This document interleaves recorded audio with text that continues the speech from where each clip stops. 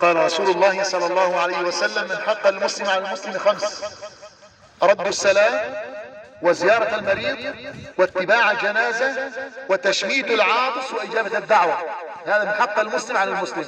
ليس هناك قرابة، ما في قرابة، ولكن أليس هو مسلم؟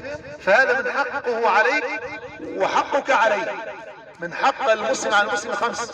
الآن انتقل إلى رحمة الله رحمه الله المرحوم رشاد أبو جواد رحمه الله. الآن منذ لحظات دفن رحمه الله، ونسأل الله أن يجعل قبره روضة من رياض الجنة. والآن يأتي رجل آخر الآن في المغتسل، ننتظره الآن حتى نغتنم الأجر والثواب. حج عبيد رحمه الله من العيس، من الناس الطيبين المحترمين رحمه الله. فأنا أشهد له يوم القيامة أنه كان يحب الكلام اللطيف، الكلام الذي يحبه الله والرسول عليه الصلاة والسلام. ونسأل الله في هذه اللحظات المباركة أن يجعل قبورهم روضة من رياض الجنة. اللهم اغفر لنا ولهم ولسائر المسلمين، وارحمنا إذا صرنا مثلهم يا رب العالمين. هذه القبور أيها الإخوة منذ يعني 5 سنوات فما دون لم تجد قبر إلا يعني أشياء قليلة. أنا أول ما جئت إلى هذه المقبرة لم يكن فيها، الآن أصبحت. الآن جزا الله عنا الإخوة الأتراك الذين أكرمونا وأكرموا رجالنا وأطفالنا ونساءنا، فنسأل الله أن يجعل قبورهم روضة من رياض الجنة. الآن نحن نسكن في البرزخ.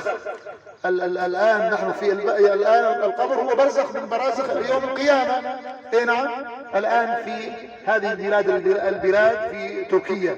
نسأل الله سبحانه وتعالى يجمعنا معهم تحت لواء سيدنا محمد عليه الصلاة والسلام.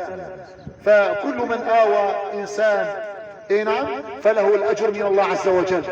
فنسأل الله أن يؤاوي من آوى المسلمين، أن يؤاوي من إخوتنا السوريين. نسأل الله أن يغفر لنا ولهم ولسائر المسلمين، وأن يجمعنا معهم تحت لواء سيدنا محمد عليه الصلاة والسلام، بفضل سبحان ربك رب العزة عما يصفون، وسلام على المرسلين، والحمد لله رب العالمين.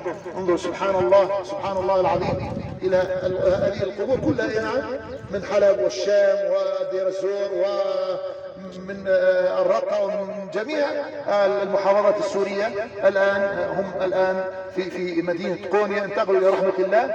فنسأل الله أن يجمعنا معهم تحت لواء سيدنا محمد عليه الصلاة والسلام، يوم لا ينفع مال ولا بنون إلا من أتى الله بقلب سليم. اللهم اغفر للمسلمين كافة عامة، وصلى الله على سيدنا محمد، والحمد لله رب العالمين. وجزاكم الله كل خير إن شاء الله. جزاكم الله كل خير إن شاء الله. الله يرضى عليك إن شاء الله. الله يحميك إن شاء الله.